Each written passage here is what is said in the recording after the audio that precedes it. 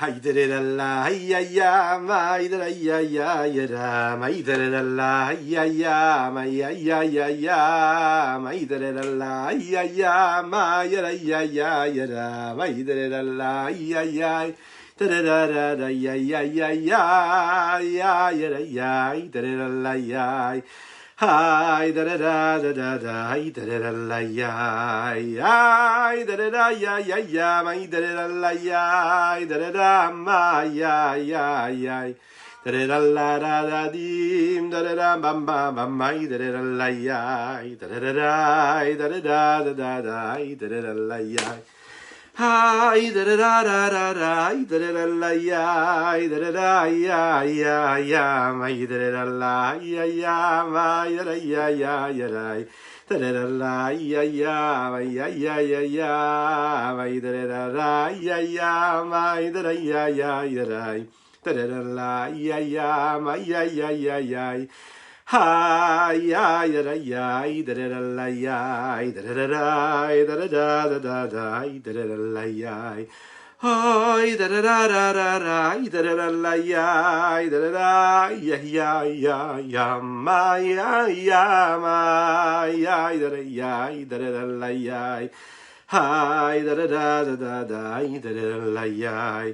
Hi da da da da da da da da da la ya da da da ma ya ya ya ma ya ya ya ya da da da da da da da la ya hi da da da da da da da la ya da da da da da da la ya da da ma ya ya da da da da. Erev Tov Lekoulam. Bonsoir à toutes et à tous. Je suis infiniment heureux de vous retrouver en cette magnifique soirée que Dieu nous offre sur la terre. J'espère que vous allez bien, que vous avez passé une bonne journée, que la semaine commence bien. Chodesh Tov Umevorach. Nous sommes encore dans ce Rosh Chodesh, encore demain. Rosh Chodesh Iyar. Et nous sommes donc la veille du Aleph Iyar. Donc ce soir, nous étudions Leilou Nishmat. Leilou Nishmat, Chaya, Chalo, Valérie, Zichona Livracha Badramo Élise, à l'occasion de son premier Yortzeit. Qu'Akadosh Baruch Hu fasse que chaque mot de Torah que nous allons prononcer ce soir puisse être une source de bénédiction pour son âme, qu'elle puisse s'élever encore et encore, et être une source de bénédiction pour toute sa famille proche, où est lui, à savoir tout le Ham Israël, le peuple juif. Un grand chazak à Michel, à sa tante qui a pensé à elle ce soir et qui lui dédie ce cours-là et cette étude de la Torah. Alors, j'espère que vous allez bien, j'espère que vous êtes bien installés. Moi, ce que j'aimerais, c'est vous inviter à partager, à liker, à commenter cette publication afin que nous soyons encore et toujours plus à développer ensemble. Là, en ce moment, par exemple, le sens profond de la prière. Et nous revenons à ce Hodou. Vous savez, cette première tefila que nous prononçons tous les jours, hein, la première, une des premières, celle qui démarre la tefila. C'est important de comprendre le sens profond qu'il y a dans chaque mot. Quel est le sens chassidoutique, kabbalistique. Parfois, c'est ce qui nous permet en fait de donner un petit peu plus d'âme et de chaleur à ces mots de la tefila que nous prononçons. Alors, ensemble, nous le voyons, c'est intéressant de voir que dans cette tefila de Hodou, la chaîne Kiruvishmo, nous arrivons à un verset qui, lui, est pris, comme le reste, en grande partie, des divrei Hayamim, hein, mais on va le voir qu'il y a un des versets qui provient et qui ressemble étrangement, ou pas d'ailleurs, à un des versets de psaume de David Amelech, du roi David, et en l'occurrence le psaume 105. Et on va le voir, les termes et les mots qui sont employés dans ce verset sont quasiment les mêmes, à une différence près. D'ailleurs, le Tzemar Tzedek, le petit-fils du Rabbi Shlomo Zalman de Liadi, un des grands maîtres de la Chassidut Chabad, dans son œuvre qui s'appelle le Or HaTorah, rentre profondément dans cette question, sur cette question-là, et va nous donner une explication qui est très très belle, que nous allons vivre ensemble. Je vous invite donc à prendre place, si ce n'est pas encore fait, et je vous le rappelle, à partager encore et encore cette publication, et bien sûr, liker, c'est important. La tefila de Hodou que nous disons tous les jours dans la tefila, il y a ce verset-là. Al tig'u bimshichai uvinviai al ta'eu, c'est-à-dire jusqu'à ce verset-là, c'est une grande partie là qui provient du Divrei Hayamim. Le Divrei Hayamim, c'est un des livres de la Bible, du Tanakh. Et on voit que ça s'identifie vraiment. Quel est ce pasouk-là? Zichron niflotav asher asa moftav umishpete piyu. il y a quelques différences, quelques légères différences dans cet écrit du livre de psaumes des Tehillim. Et la différence se fait précisément dans le 5e verset de ce psaume-là. Zichro niflotav asher asa. Souvenez-vous des merveilles et des miracles que Dieu a fait.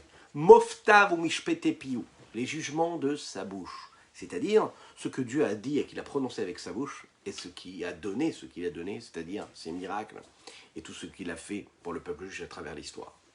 C'est intéressant. Ici, nous voyons quoi? Nous voyons Moftav ou mishpete piou. La dernière lettre, piou, elle est différente de cette lettre-là, de ce mot-là qui apparaît dans le Sefer Tehillim.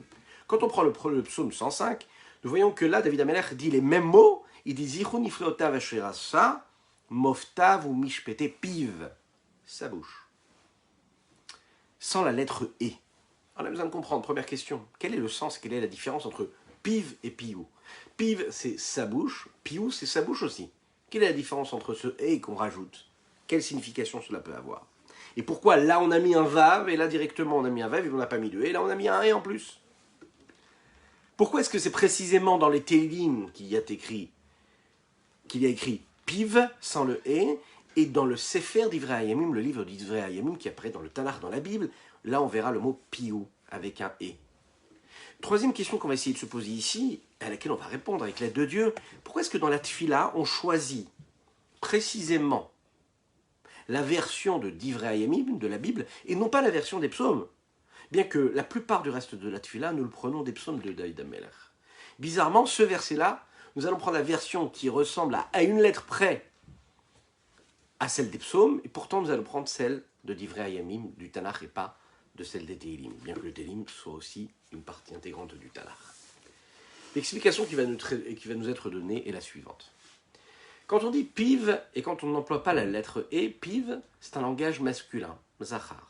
Ça fait référence à Akadosh Baruch Hu, à Dieu lui-même. Dans les lettres de la Kabbalah, et dans l'expression qui exprime ce que Dieu est par rapport à ce que le Ham Israël, le peuple juif, est, dans ce contact, dans ce rapport qu'il y a entre le peuple juif, Knesset Israël, au féminin, et Akadosh Baruch Hu au masculin, c'est-à-dire celui qui donne et le peuple juif qui reçoit, comme le donneur et donc celle qui reçoit, c'est ce qu'on appelle dans les termes de la Chassidut et de la Kabbalah, Ze'er Anpin. C'est une force d'émanation de lumière qui s'appelle Ze'er Anpin. Qu'est-ce que c'est Ze'er Anpin? C'est une force divine qui est celle qui donne, qui représente le mal, celui qui donne, mal avec un accent circonflexe, hein, le Zachar, et qui se transmet à travers les 6 vertus qui se trouvent dans le monde de Hatzilut. Les 6 vertus, Chesed, Gvura, Tiferet, Netzach, Od, Yesod. Vous vous en souvenez, hier on a parlé de ces vertus-là. Il nous en manque une dans ces vertus-là. C'est la dernière, c'est celle qui s'appelle la Malchut. Et la Malchut, c'est elle, celle qui reçoit, ce qu'on appelle Nukva. Quand on a Ze'er Anpin, on a Nukva. Ze'er Anpin, c'est le donneur, Nukva, c'est le receveur. C'est la représentation de Dieu, du donneur, Knesset Israël, le peuple juif, celui qui reçoit. Dans le couple, l'homme représente le Ze'er Anpin, celui qui donne, et la femme, celle qui reçoit, Nukva. Et donc, dans les séphirotes, nous avons les 6 premières séphirotes qui, elles, les 6 premières midot, hein, Chesed, Gvora, Tiferet, Netzach, Od, Yesod, qui sont les Ze'er Anpin qui donnent, et puis Malchut, celle qui reçoit. Et ici, quand nous parlons de Dieu, nous parlons des 6 midot du monde d'Hatzilut. Alors que quand on emploie le terme piou avec un E, eh bien, là, à ce moment-là, on va avoir quelque chose d'autre. On va avoir le langage féminin qui apparaît, puisque le E, c'est ce qui va lui donner une apparence féminine, bien qu'il y ait aussi l'apparence masculine dans ce mot-là.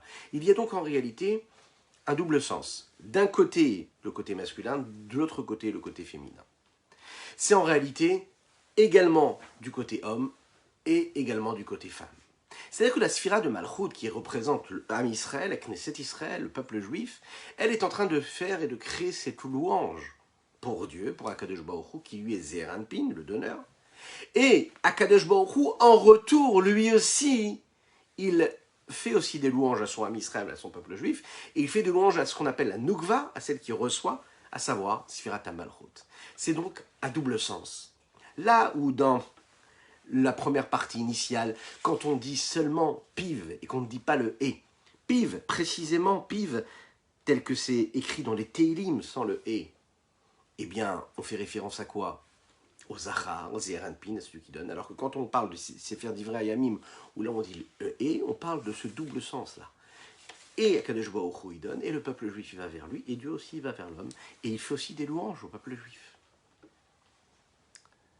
C'est la raison pour laquelle des gens peuvent apercevoir et entrevoir les raisons pour lesquelles nos Chachamim vont choisir précisément Divrei Hayamim, et non pas les Tehilim, pour ce verset-là.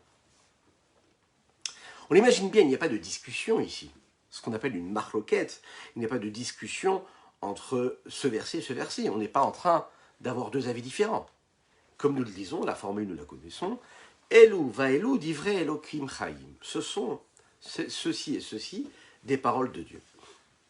Mais il y a des temps où les louanges que nous faisons, ce sont des louanges qui sont à double sens, communes. Et parfois, la louange, elle est faite que d'un côté. Lorsqu'il y a l'unicité, l'union, c'est ce que nous recherchons d'ailleurs dans la Tefila, parce que c'est ce qu'on va dire juste après Odou, d'ailleurs, vous vous en rappelez, quand on a étudié ensemble le Shemichut Kutchav Richu Shrinte, ce qu'on recherche, c'est l'unicité d'Akadosh Baruch Hu avec le peuple juif. L'unicité de Dieu avec ce que nous sommes nous. Toute l'histoire de l'homme sur terre, c'est d'aller rechercher les étincelles divines qui se trouvent dans le monde, dans sa vie de tous les jours, et puis de faire ressortir, de dévoiler la dimension divine et la divinité qu'il y a à l'intérieur, et de créer une symbiose, une unicité, une union totale avec Dieu. Ichud Ze'er Anpin Venukva, ce que nous appelons. Lorsqu'il y a cette union entre le donneur et le receveur, entre Dieu et le Ham Israël, le peuple juif, lorsqu'il y a un rapprochement, lorsqu'il y a de l'amour entre les vertus, Chesed, Gvura, Tiferet, Netzach, Od, avec la vertu de Malchut, celle qu'il reçoit, alors à ce moment-là, les deux côtés s'apportent quelque chose. Et le donneur apporte au receveur, et le receveur, il apporte au donneur. Cette situation-là, c'est quand, par exemple, le maître qui enseigne à son élève, et qui ne le fait pas juste pour se rendre quitte, il ne le fait pas parce qu'il est obligé de le faire, parce qu'on le paye par exemple pour le faire, ou parce qu'il se sent obligé de le faire.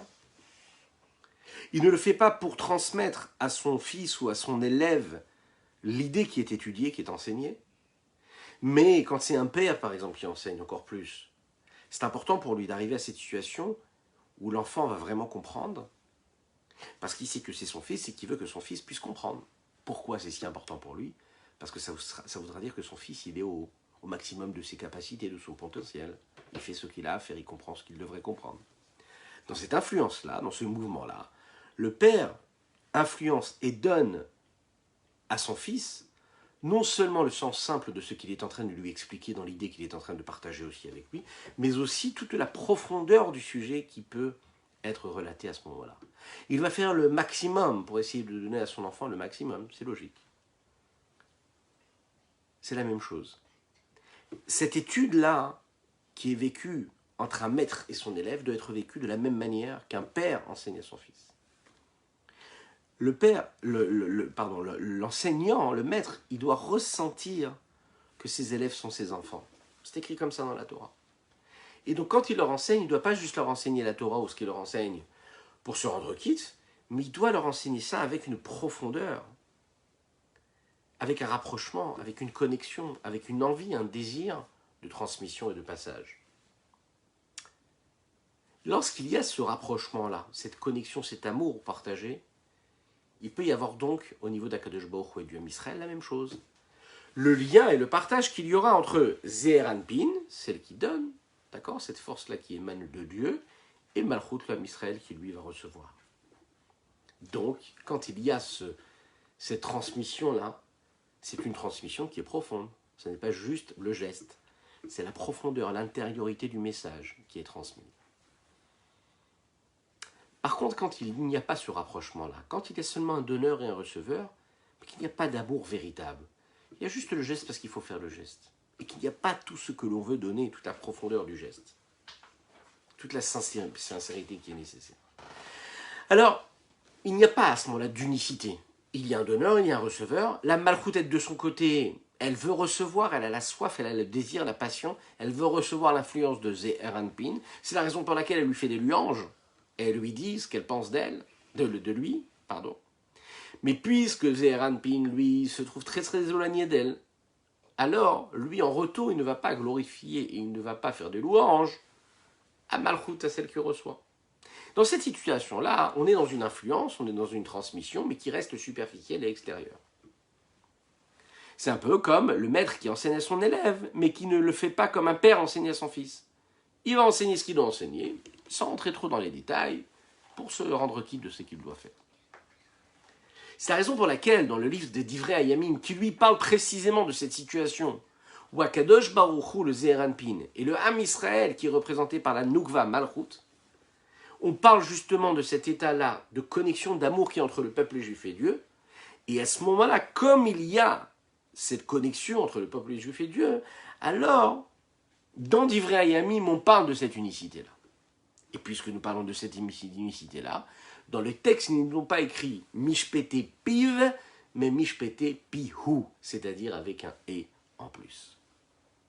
Alors que dans les Tehillim, dans les psaumes de David Ameler, où là, on parle d'une situation où, en fait, il y a un manque d'unicité, un manque de rapprochement. C'est la raison pour laquelle il y a ce psaume-là, parce qu'il recherche, parce qu'il languit ce rapprochement avec Akadosh Baruch Hu. Alors, dans ce verset-là, nous n'aurons pas donc cette unicité qui est révélée, mais nous allons avoir quoi? Une recherche de cette unicité-là. Et cette recherche d'unicité-là va s'exprimer à travers le Shevach, la louange, qui est fait par la Sfirat Malchut, par le Malchut, pour Akadosh Baruch Hu, pour le Zeher Anpin. Et donc, il n'y a quoi? Il n'y a seulement uniquement que Mishpete Piv, et non pas les deux. Donc, ce n'est pas un amour qui est à double sens, mais que d'un seul sens. Est-ce que je vous ai déjà souhaité les Chaim ce soir? Les Chaim donc, les Chaim.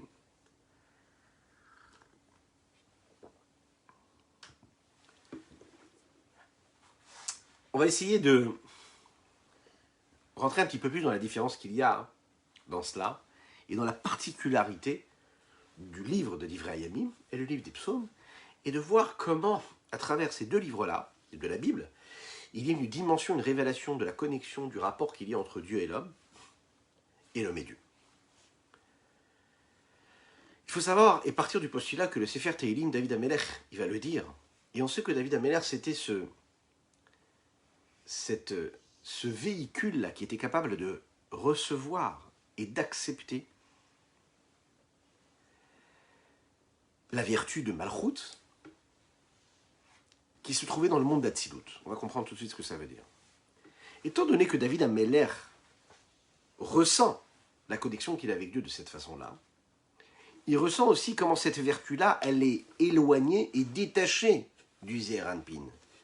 C'est-à-dire qu'il sent que la Malchut n'est pas dans cette unicité, elle n'est pas en train de vivre cette connexion avec le Zeher Anpin, avec Dieu. Il sent qu'elle ne reçoit pas la profondeur de Zeher Anpin. Il sait aussi que petit à petit, elles vont s'éloigner lorsqu'elles vont, ces forces-là, se détacher du monde d'Atsilut. Elles vont perdre de cette connexion. Elles vont descendre parce qu'à travers la Séphira de Malchut, elles vont donner naissance aux mondes qui vont suivre après, Bria, Yetzira, Asiya. Et plus on va descendre dans les mondes inférieurs, plus il y aura ce détachement. C'est la raison pour laquelle David Amelech, il va écrire ce Sefer Tehillim, ce livre de Tehillim, qui a pour mission unique de reconnecter, en fait, et d'exprimer la fougue, la passion, l'envie, le désir qu'a la séphira de Malchut de se rapprocher, de s'attacher avec le Zeher Anpin, le donneur, Dieu. C'est la raison pour laquelle, quand on lit les Tehillim, les psaumes, on se rendra compte qu'on parle énormément de louanges. On parle de la glorification que David Amelech fait. Il parle de cette Sfirat Malchut qui encense Akadosh Baruch Hu à longueur de texte. La seule chose qu'elle exprime, et qu'est-ce qu'exprime justement cette Sfirat Malchut à travers ces textes, c'est cette passion, cette fougue, cette envie de retrouver Akadosh Baruch Hu, de se rapprocher de lui. Et donc, puisque dans le Sefer Tehillim, le livre de Tehillim, nous parlons justement de l'éloignement que la Sphira de Malchut ressent par rapport à Dieu, c'est la raison pour laquelle il est dit dans le texte Mishpete Piv, et non pas Mishpete Pihu. Mishpete Piv, parce qu'ici, la louange, elle est faite de la Sphira à Malchut pour le Zeher Anpin. De l'autre côté, nous avons le Sefer Divrei Hayamim, le livre de Divrei Hayamim qui fait partie du Tanakh de la Bible. Lui nous parle précisément, nous l'avons dit, de l'unicité, de cet état-là, d'union véritable qu'il y a entre Dieu et le Ham Israël et le peuple juif. Il y a donc là, dans Divrei Hayamim, d'ailleurs, c'est expliqué ici par le Tzemar Tzedek avec des termes très kabbalistiques et chassidoutiques, on appelle ça Divrei Hayamim. Hein. Divrei Hayamim, ce sont les paroles, hein, ce qui s'est passé pendant ces jours-là, hein, pour prendre vraiment la traduction littérale. Et de quel jour nous parlons? Ah oui, ça raconte une histoire, oui, ce qui s'est passé, ok. Le Tzemar Tzedek ici, elle va nous dire que Yamin ici, ça se lit aussi Yomin. Et de quel Yomin, de quel jour nous parlons? Il y a Yomin Ilahin et Yomin Tataim. Le principe même de ces Yamim-là, il y a la dimension supérieure et la dimension inférieure qu'il peut y avoir. Il y a les midotes tels qu'ils se trouvent dans les mondes supérieurs et les midotes tels qu'ils se trouvent dans les mondes un peu plus inférieurs. Lorsque la sac s'exprime dans les mondes qui sont supérieurs, à ce moment-là, on est dans Yomin Ilahin, supérieur, c'est-à-dire nous parlons du Zeher Anpin. Et lorsque nous parlons de ces jours-là, qui sont quoi, où ça, dans la Séphira de Malchut, alors nous parlons de l'unicité qu'il peut y avoir entre le Zeher Anpin et la Nouva et la Malchut. Alors je sais, vous êtes en train de vous dire, mais ça devient compliqué ces termes-là. Mais vous êtes d'accord avec moi que petit à petit on s'y fait. Hein, on commence à prendre connaissance de ces termes-là, et petit à petit on s'y fait. Et vous allez voir, petit à petit, on va approfondir encore et s'habituer à cela. Donc, étant donné que les livres de Divrei Hayamim, lui, parlent de cette situation-là de symbiose, d'unicité, d'amour véritable qu'il y a, et non pas de l'éloignement, mais d'un rapprochement qu'il y a entre Dieu et le Ham Israël, le peuple juif, donc il est dit Mishpete Piou. C'est donc une louange qui est faite et qui est formulée à double sens entre le Ham Israël pour le Knesset Israël, pour Akadosh Baruch Hu, le peuple juif pour Dieu, et Dieu pour le peuple juif.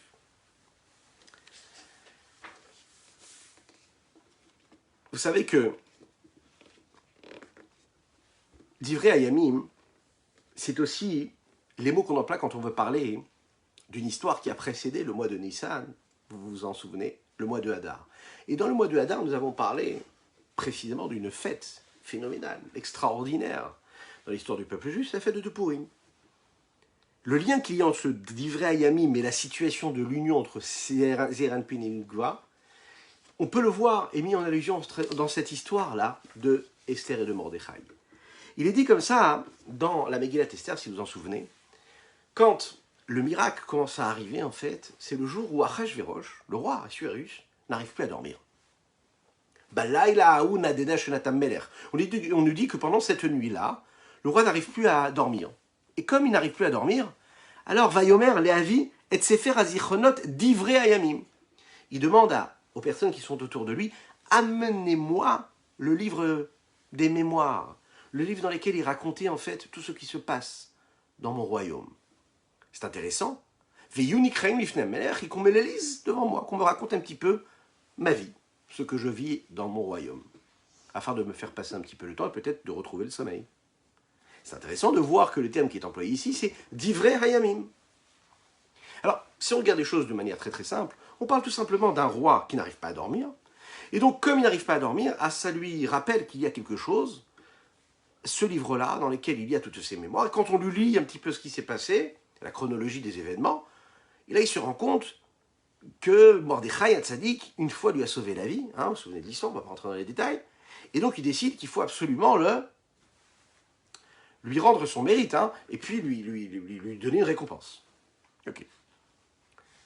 C'est de cette façon-là, d'ailleurs, que le miracle va commencer. C'est ce qui va amener, à la fin du processus, à la chute de Haman, l'ennemi juré du peuple juif, et au retour du peuple juif au sein du royaume de Achashverosh.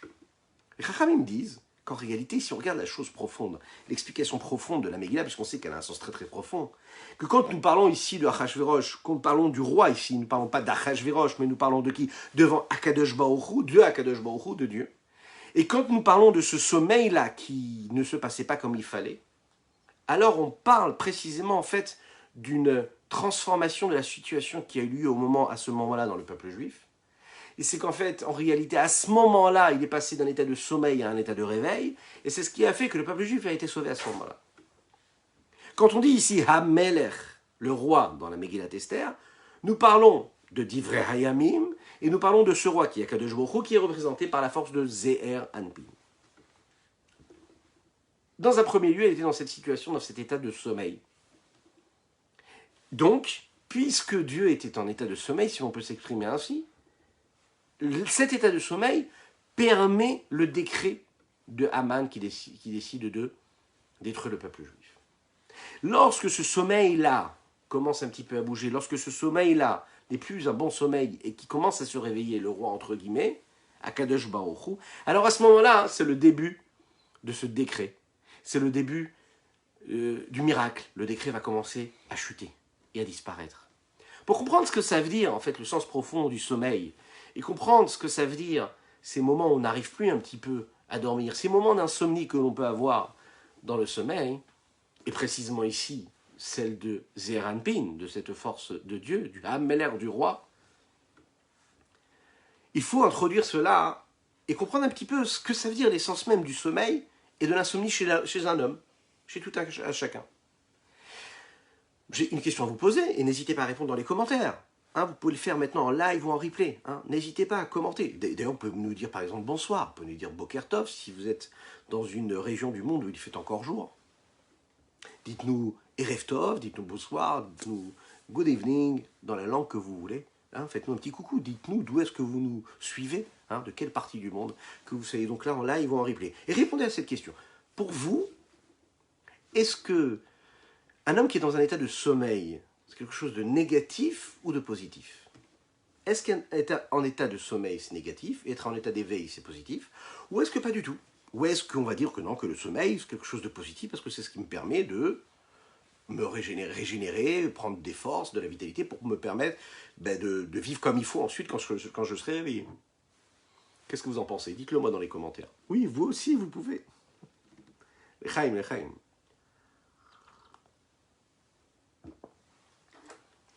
Alors vous savez que le sommeil, ça dépend pour qui d'ailleurs. Ça peut être quelque chose de réparateur pour une personne, ça peut être l'inverse pour une autre personne. Ça dépend pour qui. Si on regarde par rapport au corps, eh bien sûr c'est quelque chose de négatif. Pourquoi? Parce que quand on dort, le corps, il perd tous ses moyens en fait. Par définition, le corps, il est corps parce qu'il est en activité. Une personne qui n'est pas en activité, c'est-à-dire que son corps n'est pas en activité, il n'est pas actif, il est dans l'état de sommeil, et bien donc il n'existe pas, il n'est pas. Sa fonction c'est d'être en mouvement, et là il ne peut pas être en mouvement puisqu'il est en état de sommeil. Donc on peut dire ici à ce moment-là, puisqu'on sait que le sommeil c'est un 60e de la mort. Donc bien sûr il est inactif, donc le sommeil c'est négatif pour lui, entre guillemets. Là, pour qui c'est positif? C'est pour l'âme. Pour l'âme c'est quelque chose de positif. Pourquoi? Parce que l'âme se libère de son enveloppe corporelle, de ses limites. Elle va retourner à sa source, elle va puiser de l'énergie, de la vitalité dans la source de la vie.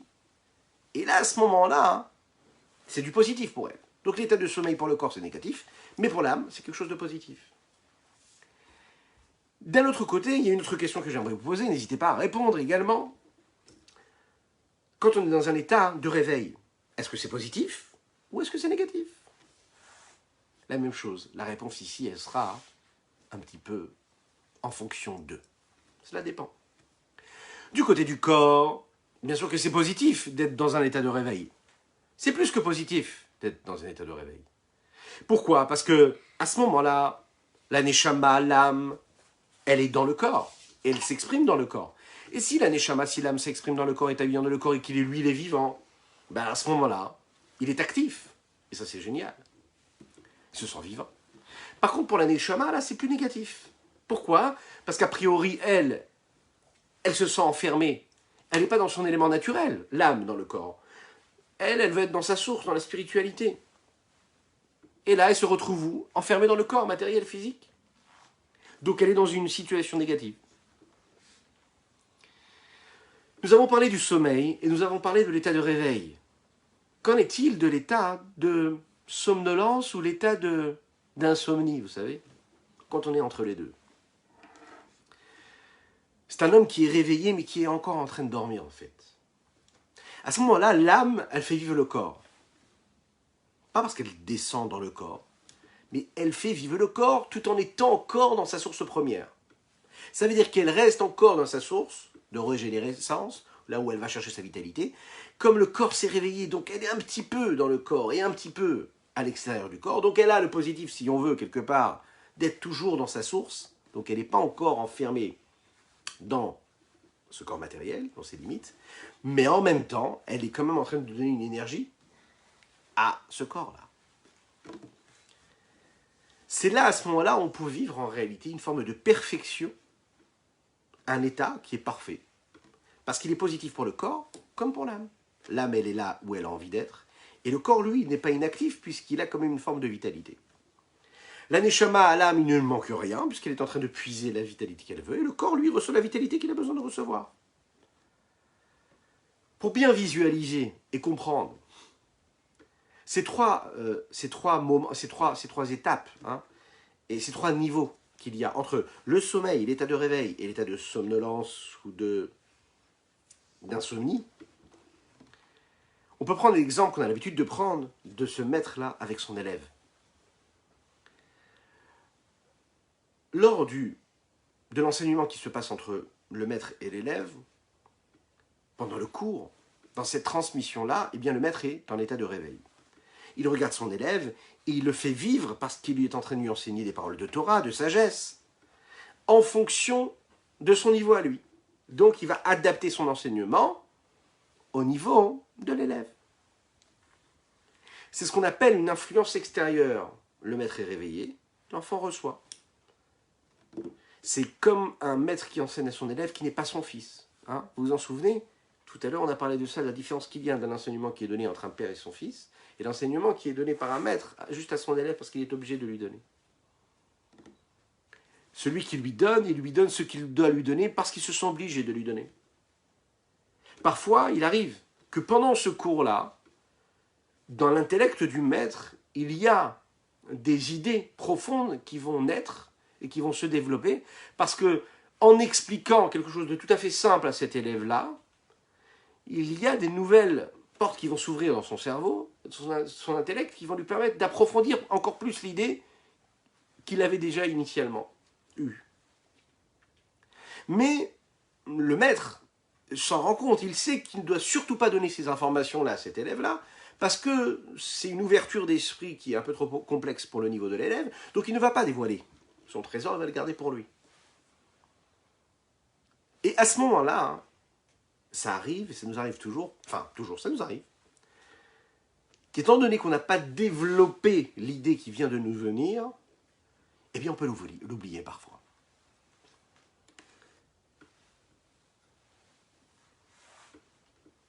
Il y a, à ce moment-là, l'étape de la bina, de la compréhension, de l'approfondissement du sujet qui n'a pas eu lieu.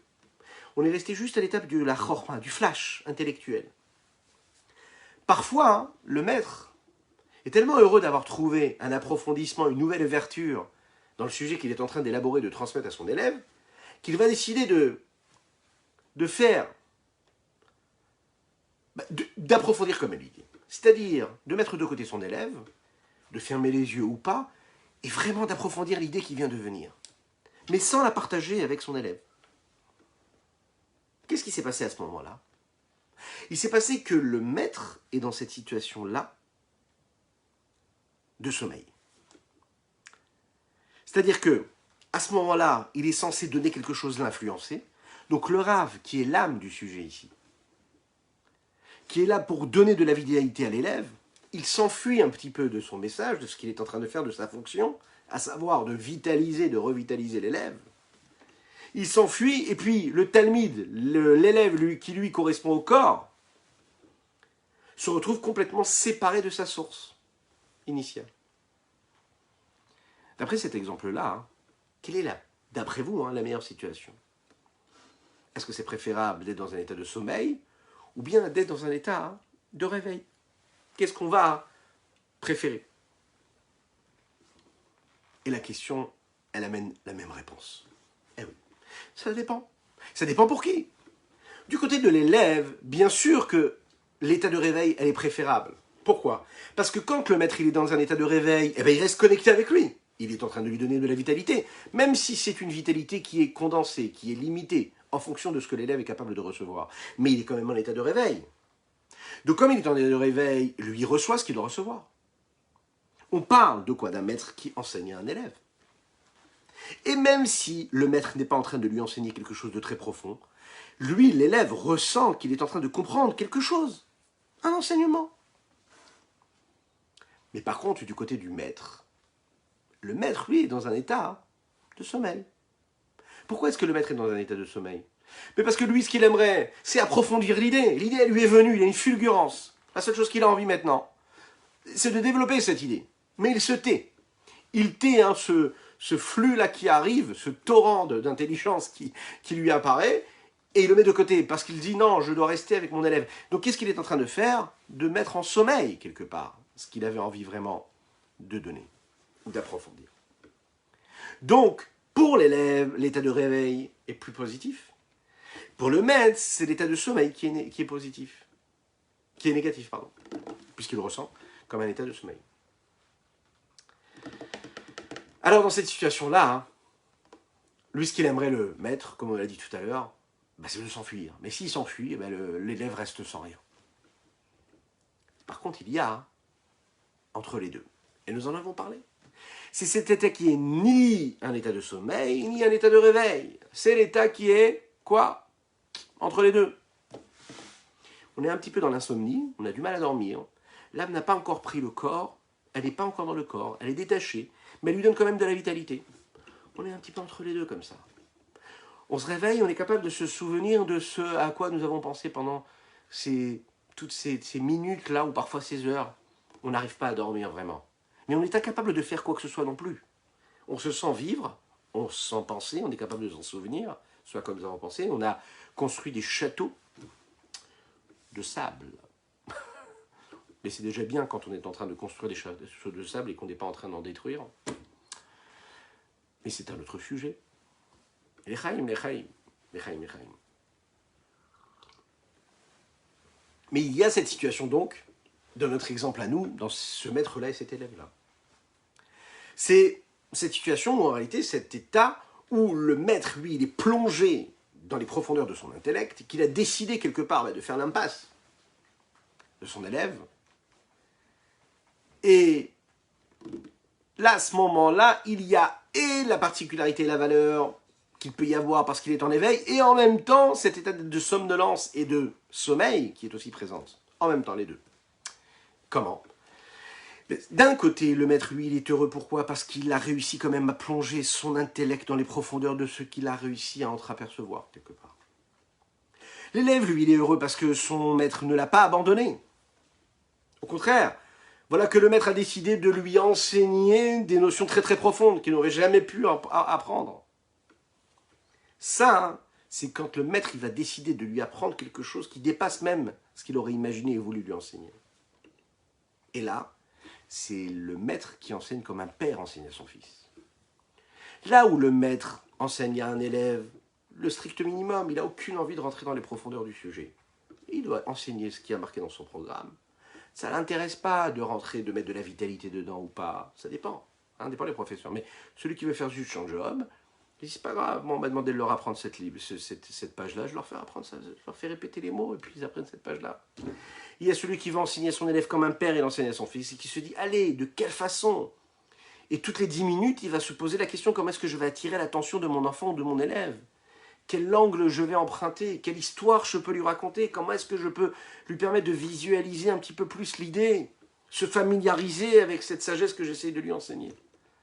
L'enseignant qui enseigne comme un père enseigne à son fils, quand il va développer et quand il va dévoiler et que lui-même il va mettre en mouvement par exemple, une source de connaissances qu'il ne soupçonnait même pas avant d'avoir eu l'idée qui a surgi dans son cerveau, dans son intellect, là où le maître n'aurait rien fait, le père là va profiter de cela, va se nourrir de cela. Et il va tout donner. Il va tout donner parce qu'il est en train de donner ce qu'on appelle une ashpa'a pnimit, une influence profonde, intérieure. Il n'est pas juste en train de lui enseigner ce qu'il a besoin de lui enseigner, il lui transmet la profondeur de son intellect à lui. C'est important que son fils comprenne la profondeur de l'intellect. On peut essayer de comprendre cela à travers cette métaphore que nous avons donnée ici. Dans ce que nous parlons ici, des sphirotes et lionotes, toutes ces forces supérieures qu'il y a dans le monde d'Atsilut. Lorsque la force du Ze'er Anpin, d'accord, celle qui donne, qui représente Akadosh Baruch Hu, Dieu, est censée donner, apporter et influencer les vertus qui sont en bas, et qui se traduit par le passage de la transmission à la Malchut, Nukva, celle qui reçoit. Alors, il y a cette situation où le Ze'er Anpin, lui, est ce qu'on appelle en état de réveil. Donc il donne à la Malchut uniquement de manière extérieure. La partie qui est nécessaire et qui le relie à la conduite des mondes qui vont venir juste après. Celle qui est nécessaire, primordiale. Le minimum syndical.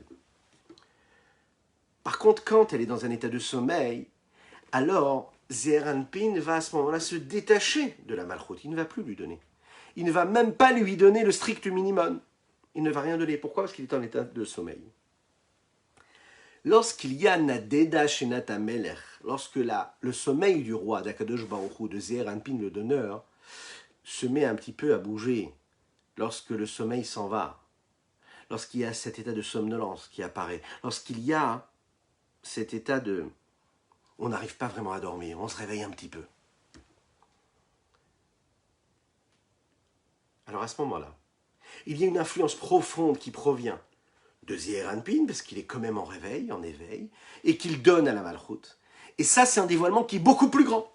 Et pourquoi c'est un réveil? C'est un lapsus, un très bon lapsus. Pourquoi c'est un dévoilement qui est encore plus grand que si c'était dans un état de réveil? Parce qu'à ce moment-là, les séphirotes, toutes ces forces-là, telles qu'elles sont dans leur source, et qu'elles sont infinies dans leur source, puisqu'elles sont dans le monde d'Atsilut, elles sont en train de donner, d'influencer la séphira de Malchut, qui est en bas, c'est-à-dire Knesset Israël. Elles sont en train de l'influencer et de donner une énergie qui correspond à l'énergie qu'elles ont dans leur source, à savoir une source illimitée qui est celle d'Atsilut, et non pas une source et une énergie qui est adaptée à la séphira de Malchut. Pourquoi? Parce que d'un côté, on est dans un état de sommeil, mais de l'autre côté, on est dans un état aussi de réveil. Donc il y a le côté positif du réveil, donc de la vitalité initiale, puisqu'elles sont connectées à leur source, mais en même temps, elles sont quand même rattachées à la matière, quelque part, si on peut l'appeler ainsi, rattachées au niveau de celui qui reçoit, de celle qui reçoit, à savoir la Malchut, la Knesset Israël, le Ham Israël. Et donc là, on peut atteindre quand même une connexion, une symbiose avec une unicité qui, elle, permet l'unicité de Ze'er Anpin tel qu'il est dans son niveau le plus élevé, hein, le dévoilement de ce qu'il peut être et le niveau de dévoilement qu'il peut avoir dans le monde d'Atsilut, au-delà des limites, et se connecter à ce qui se passe dans la séphira de Malchut qui, elle, est après cette situation de limite, qui est dans les limites. Et ça ne peut arriver que dans cet état-là de mi-réveil, mi-sommeil. Et en conséquence de quoi, le roi, qu'est-ce qu'il va dire? Vayomer le'avi et sefer hazichronot divrei hayamim. Et regardez comment c'est magnifique, comment le Tzemar Tzedek arrive à conclure avec ça. Il nous dit, c'est la raison pour laquelle, dans la Megillat Esther, on nous dit que le roi, qu'est-ce qu'il dit? Amenez-moi ce livre-là, toutes ces mémoires du palais, qui sont appelés Divrei Hayamim. Ça veut dire qu'il se crée ici, à ce moment-là, un lien profond, véritable, entre quoi? Entre les vertus, les différentes séphirotes, et la Malchut, celle qui reçoit. À tel point que les Yamim, les jours, qu'est-ce que ce sont les Yamim ici? Ce sont les Midot, les différentes vertus. Elles vont se révéler, Divrei Hayamim, elles vont se révéler telles qu'elles sont là-haut, pas telles qu'elles sont en bas. Elles vont se révéler dans Malchut. C'est la raison pour laquelle Vayomer HaMelech, le roi, il veut que cela se révèle tel que c'est là-haut, ici-bas, dans la Malchut, ici-bas. Et c'est à ce moment-là qu'il y a dans Divrei Hayamim, dans ce livre du Tanakh, Ichud Ze'er Anpin ve Nukva, l'union, l'unicité qu'il y a entre Ze'er Anpin le donneur et Nukva, c'est qui reçoit. Maintenant, vous allez me dire, mais c'est magnifique. Mais on est censé comprendre le sens profond de la Tefila. Comment est-ce que ça nous parle? Ah, écoutez, parce que c'est magnifique. Vous savez que la Tefila, on le dit, hein, on s'évertue à le dire tous les jours. C'est la Avodat Tefila. De la même manière que ce matin, nous avons parlé de la Avodat Hashem, que servir Dieu, en effet, c'est pas facile, que quand on rencontre une personne, et quand on se rencontre soi-même devant le miroir, ou quand, au fil des heures qui passent dans la journée, on se dit Allez, qu'est-ce que je peux faire? Et encore, j'ai l'impression que c'est un combat pour moi de faire telle mitzvah, d'étudier la Torah, de bien me comporter, de travailler mes traits de caractère, d'être un peu moins nerveux, un peu moins coléreux, plus patient, plus épanoui et plus heureux, plus généreux. Enfin, ça n'arrête jamais. On se dit, mais c'est compliqué. On n'arrive pas à le faire normalement, sereinement, toujours épanoui, heureux. Non, c'est un combat. On l'a dit ce matin, on l'a dit hier. C'est la Avodat Hashem. C'est pour ça qu'on nous demande de servir Dieu. Et c'est de la Avoda, c'est un travail. Et oui, c'est pas du tout du repos. On est d'accord, hein? Et il faut le savoir. Et quand on le sait, c'est normal que ça fasse mal, c'est normal que ce soit difficile. Sachez que la tefila, c'est pareil. On n'appelle pas ça la tefila, comme on appelle une autre mitzvah. On appelle ça Avodat Tefila. Avodat Tefila, ça veut dire que la prière, nous l'avons déjà dit aussi également, She'at Tzlota, She'at Krava. Le moment de la prière, c'est un moment de combat. On est sur le front quand on fait la tefila. C'est un combat contre nous-mêmes. Alors quand on est dans cette nécessité-là de combattre avec nous-mêmes, pour prier Dieu, nous rattacher à Dieu, nous relier à lui. Quand on est dans cette période de galout, d'exil, à Kadosh Baruch Hu, il se trouve, on le sait, dans cet état de sommeil. On le voit quand, dans notre exil, on vit malheureusement des périodes difficiles parfois. Le peuple juif a vécu parfois des épreuves terribles, que Dieu nous en préserve. On sent qu'Akadosh Baruch Hu, c'est lui qui est derrière tout. C'est une preuve même que Dieu existe. Mais on sent cet état de sommeil qui est encore plus profond. Et que quand Dieu il est dans cet exil-là, il existe, il est partout à la fois, mais dans cet état de sommeil. Et quand il y a cet état de sommeil, il y a un éloignement qui se fait, et qui s'opère entre Akadosh Baruch Hu et le Ham Israël, entre Dieu et le peuple juif. Là, à ce moment-là, le peuple juif, il va ressentir quelque chose de très profond. Il ressent le manque. Il est dans cette mélancolie, il est dans ce manque, il languit Dieu. Donc qu'est-ce qu'il fait? Il lève ses yeux vers le ciel, et il dit, Akadosh Baruch Hu, je te glorifie. Il s'exprime avec tous les mots qu'il a envie de dire, pour crier, pour prier Dieu. Et il le dit, Admatai, jusqu'à quand? La seule chose que j'ai envie, c'est d'être libéré de cet exil. Lorsqu'il y a un éloignement entre Zeir Anpin, entre Dieu, Malchut et le Ham Israël, le peuple juif, Akadosh Baruch Hu lui reste tout en haut, et a priori, il ne répond pas à toutes les demandes et toutes les requêtes du peuple juif. Par contre, quand il y a Yichud, Kutcha, Brichut, Shrinte, quand il y a l'union, l'unicité, quand il y a un rapprochement profond, comme ce maître-là qui décide d'enseigner à son élève, comme le père décide d'enseigner à son enfant, c'est-à-dire de lui donner tout, la profondeur de son cœur, de son âme, de son esprit, de tout lui donner. L'amour qu'il va avoir pour son fils va lui permettre de trouver les mots qui lui permettront de développer quelque chose de très profond que son enfant n'aurait pas pu trouver, n'aurait pas pu comprendre. Et lorsque le maître décide d'enseigner de cette façon-là, il trouvera les moyens d'enseigner à son enfant ou à son élève un sujet qui est très très profond.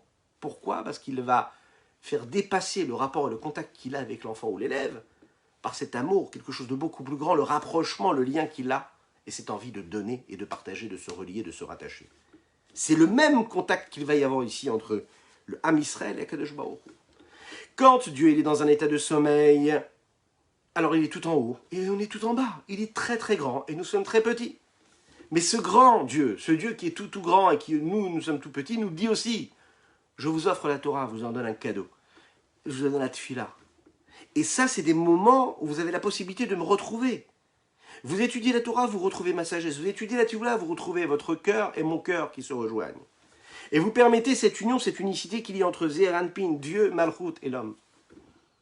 Donc quand on décide, nous, de faire des louanges à Dieu, mais ne pas seulement faire des louanges pour exprimer l'éloignement que nous avons, mais parce qu'on le fait avec tout le dévoilement, tout l'amour que nous avons pour Dieu. Alors Akadosh Baruch Hu, lui, décide aussi de nous donner, de transmettre. Et lui aussi va faire des louanges à son peuple juif. Et là, nous arrivons non pas à Piv, mais Pihu. Il y a le double sens, cet amour qui est donné dans les deux sens. Akadosh Baruch Hu qui donne au peuple juif, le peuple juif qui donne à Akadosh Baruch Hu en réalité. C'est la raison pour laquelle.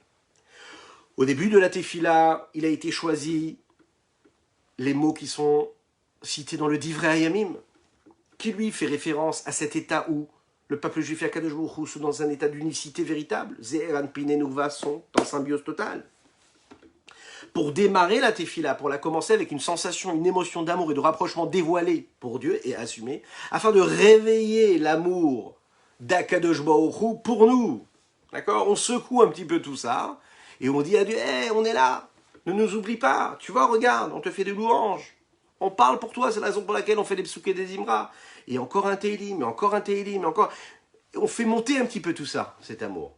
On l'appelle, on l'appelle, on l'appelle, et à un moment on arrive au Shema Israël et à la Hamida, et là, Kadosh Baruch Hu, là, il nous renvoie tout en fait. Mishpete Piou ici, c'est ça que ça veut dire. C'est la raison pour laquelle la première partie commence par Divrei Hayamim. Pour réveiller cet amour. Akadosh Baruch Hu, lui, Yishtabach, lui aussi, il va se sentir glorifié, lui aussi, il va nous rendre. Et très rapidement, il acceptera. Quand pendant la Hamida, les Shmoné Esrei, on va fermer les yeux ou pas. Mais en tout cas, on va s'incliner devant lui, et bien lui aussi, il acceptera toutes nos demandes de manière visible, et comme la promesse nous est faite dans la Chassidoute, Betov Aniré Ve'aniglé, dans une bonté visible et dévoilée, et non pas cachée. Voilà ce qu'on pouvait dire sur ce petit verset de la Tefila de Houdou.